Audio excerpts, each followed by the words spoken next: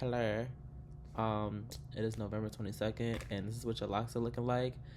They still didn't get retwisted, but that is fine. That is okay because you're a patient.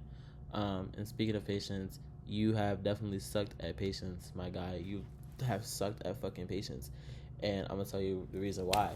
So, honestly,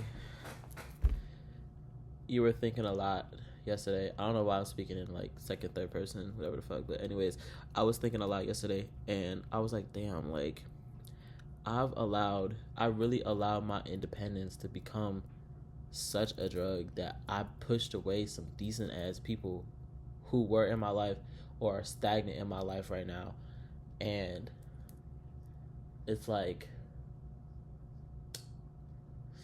damn, like I really pushed away some decent ass people all because I felt like I had to do this shit all on my own and by myself. Like, I was gonna be so for real with y'all. I don't think, and I know some of you out there, if you are watching or if you're just looking at it just because you want to look at it, um, I'm pretty sure there's some people out there who understand.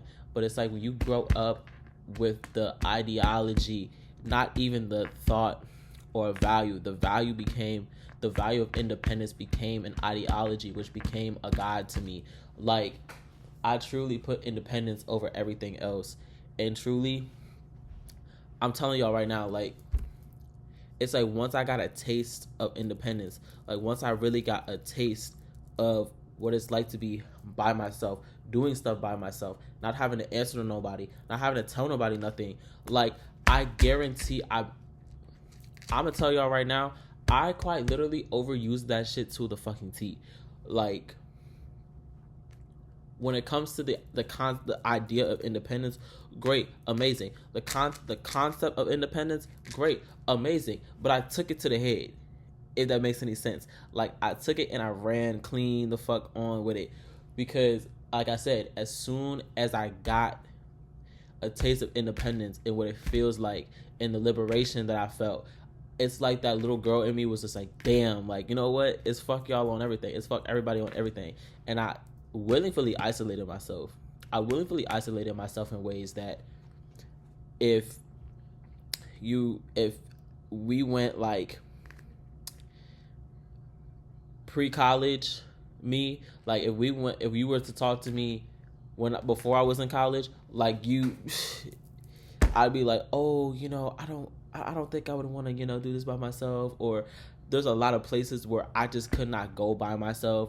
There was some things that I could not do by myself, which, yeah, that's cool. Like, not wanting to go places by yourself. But when it came to making decisions, really could not do that by myself half the time. I didn't really know how to vouch for myself.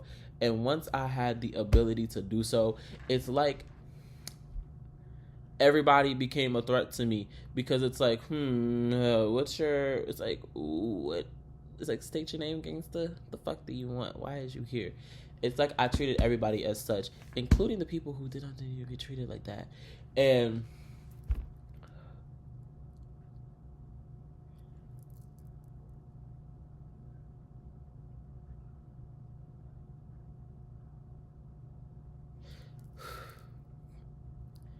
I'm slowing my brain down real quick before I just, I'm not gonna cry or anything because I've cried about it before, but it's just, it took me this long to come to the realization that, damn, I actually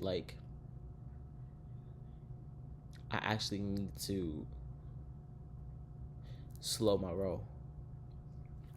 Which, case number one is the issue with you, is the issue with me.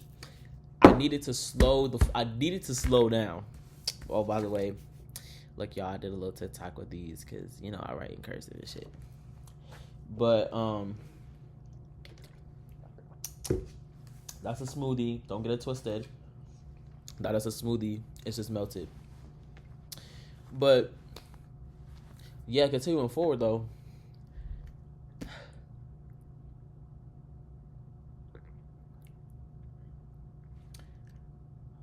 It's like, damn, what was I talking about?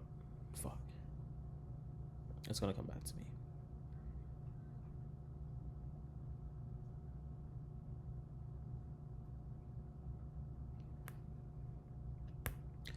Anyways, though, I've allowed my concept and my definition of independence to overtake my life. It's like, and not even just that, but once I went through these changes, like, showing my friends pretty, like, after being in isolation from my friends a decent amount of time during my first year of college, and kind of like going into my second year of college after I transferred and I had to redo everything all over again, I started becoming boundaryless with my friends, if that makes any sense. So I would not vocalize. I would let them low-key talk to me any kind of way. Like, it's just very much like, externally,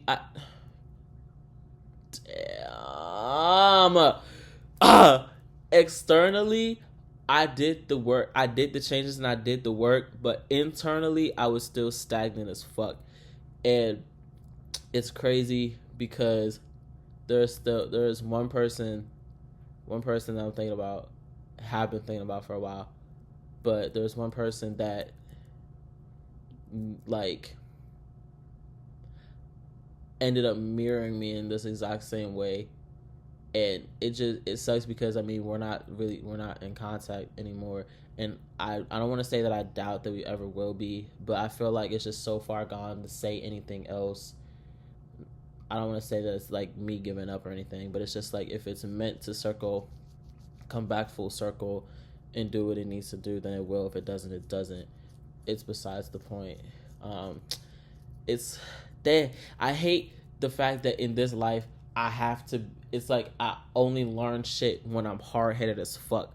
I hate that, because all of my lessons that I have learned have been through childhood and getting that shit projected on me, and B, being so fucking hard-headed. And my hard-headedness, I swear it on everything, and I don't want to say that I put this to the test, but I did some close evaluation, not even evaluation. I did some close observation, some deep ass observation, and I'm so fucking hard-headed the way that I am because of how I grew up. It's like, when I tell you, I was not allowed to watch a whole bunch of shit on TV, like, I never really had a lot of kids my age growing up, so I really grew up around a lot of old heads, a lot of old people. So that's why I'm really used to just talking to, like, adults who are like 3 times my age or whatever. I could talk to them with ease. But that has nothing to do with what I'm talking about. I just threw that in there. But there was a lot of things. There was a lot of constraints growing up that really made me hard-headed as fuck as soon as I got out into the real world. Because it's like, wow, I didn't really experience this, or I didn't experience this properly. So I'm gonna go and do it myself and teach myself. And because of the fact that growing up, when you learn a lesson, it wasn't through your own wrongdoing. It was through a lot of it was through a lot of fear-mongering, a lot of manipulation, low-key, and through a lot of, to be honest with you, distrust. Like, there is a lot of dynamics in my family that when I look at it, I'm like, y'all aren't horrible people, but the cycles that y'all invoke on each other is horrible. And the fact that I was raised in that to think that was normal is horrible. And to even try to project that on myself is horrible. So it's like, as soon as I literally saw a whole new world when I went into college, it really just, it got me addicted to the idea of, well, I don't got to answer to you because ABC XYZ, or I don't really got to say nothing to you because what are you going to do? Fly X amount of hours, drive X amount of miles to get to where I am. It was kind of like a whole thing of like, I can now do whatever I want to do. I can experience life. I can make mistakes raw and authentically. And that was really such a weird thing. I was talking to my mom the one time about it, and I was like, to me, it's so weird how, as I got older, instead of having a hunger to, like, let me rephrase this. I grew up, and when I got older, right? So like around like mid-teenage years, I had a hunger to fail. I had a hunger to mess up.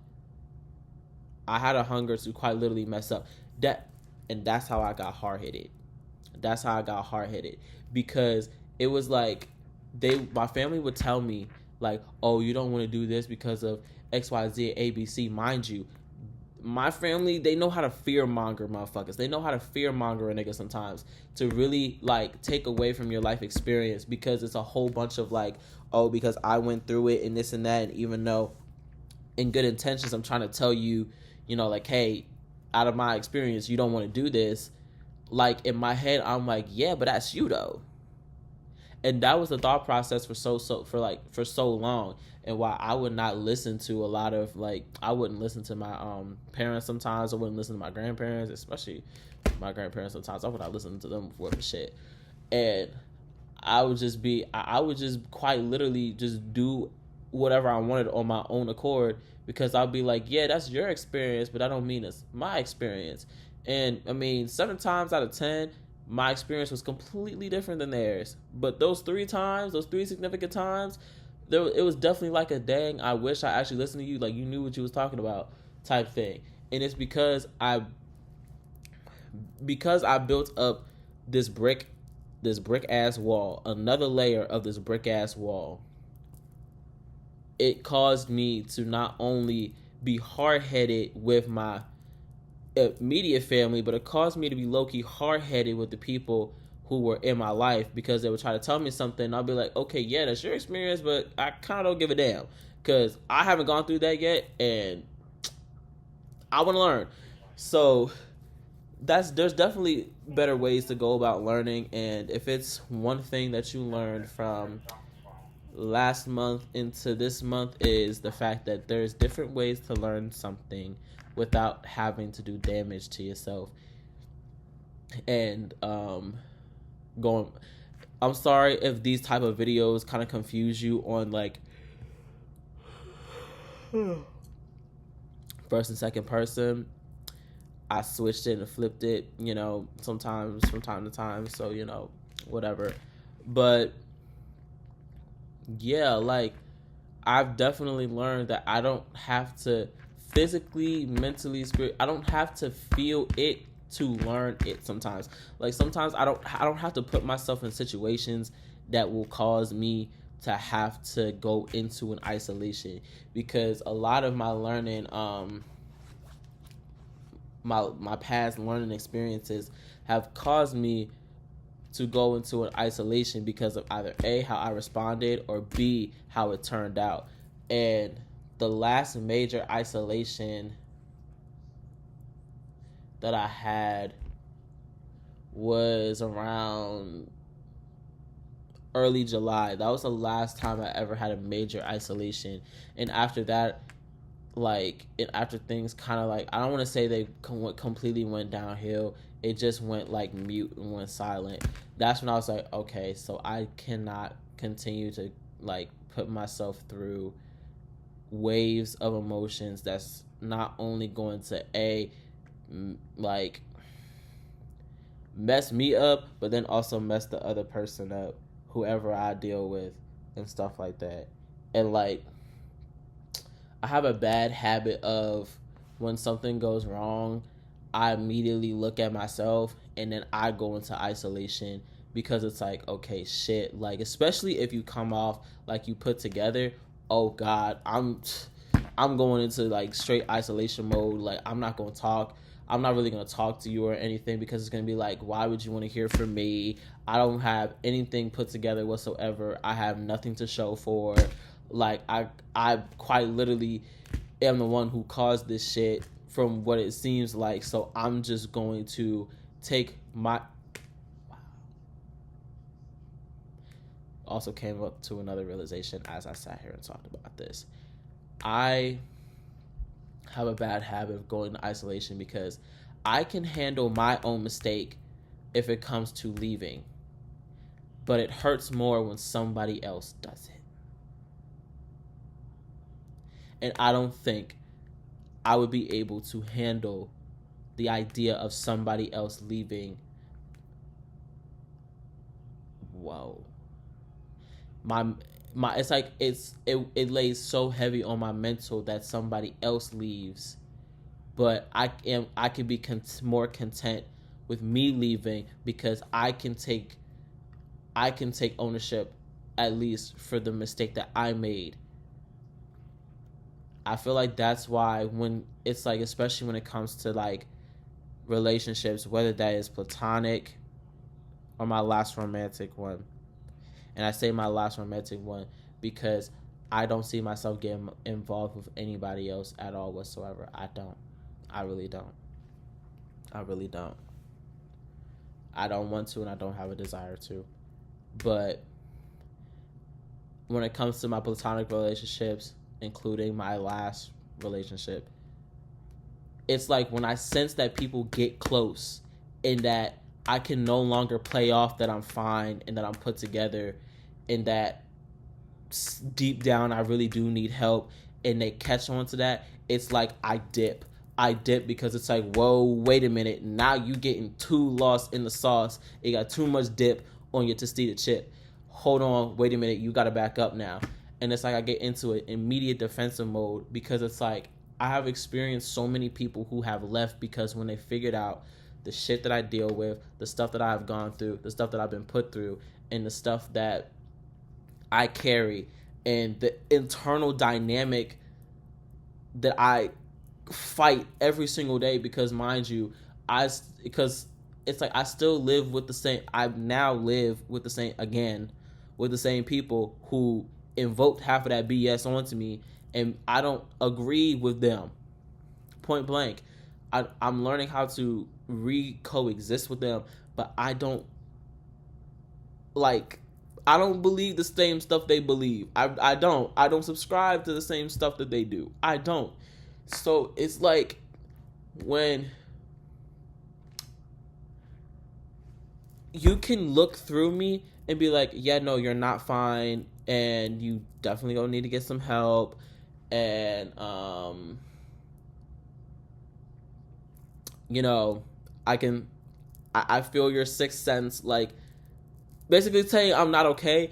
It scares the fuck out of me because I'm just like, it's like you just stripped my skin off, and it's like, oh my God, like I'm now vulnerable, and having to process those emotions that I've never allowed myself to process at all, at any capacity, and having to sit there and process it with somebody else, it's scary. It's so scary. And I remember, I can't remember what conversation. This was with my last, with my recent last relationship.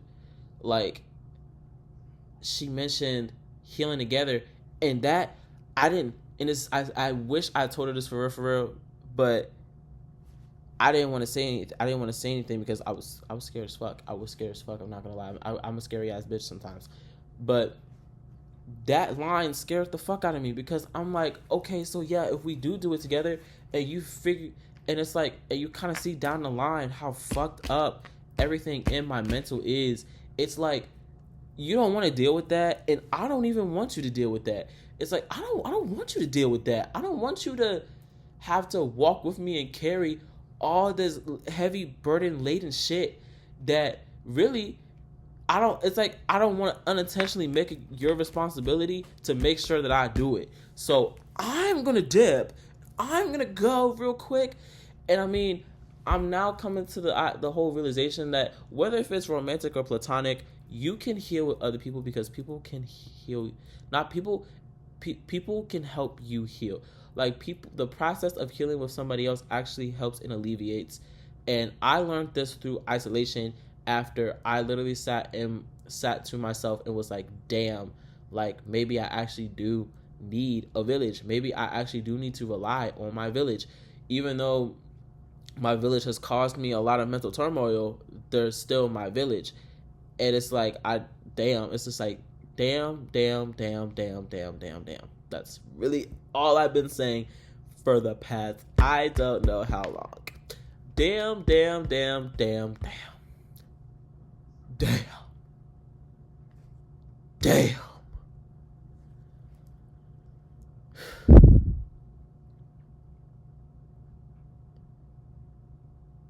And it's interesting how like she said that when she said that, my heart, and I remember it because I felt that shit in my chest obviously, but my heart literally skipped a goddamn couple beats. I was just like, oh, I was like, oh, right, yeah, right. I'm like, because in my head I'm like, so if I let you here with me, you're gonna leave eventually. You're gonna want to leave. And it's like, da, da, da, da, da. But besides the point. You have learned that you don't gotta be alone all the time. You don't have to be alone all the time. You don't have to sit there and like, ooh, wait. I want your things in my room. I miss you all the time. I saw myself on the internet just to see what you found. Sorry, but anyways,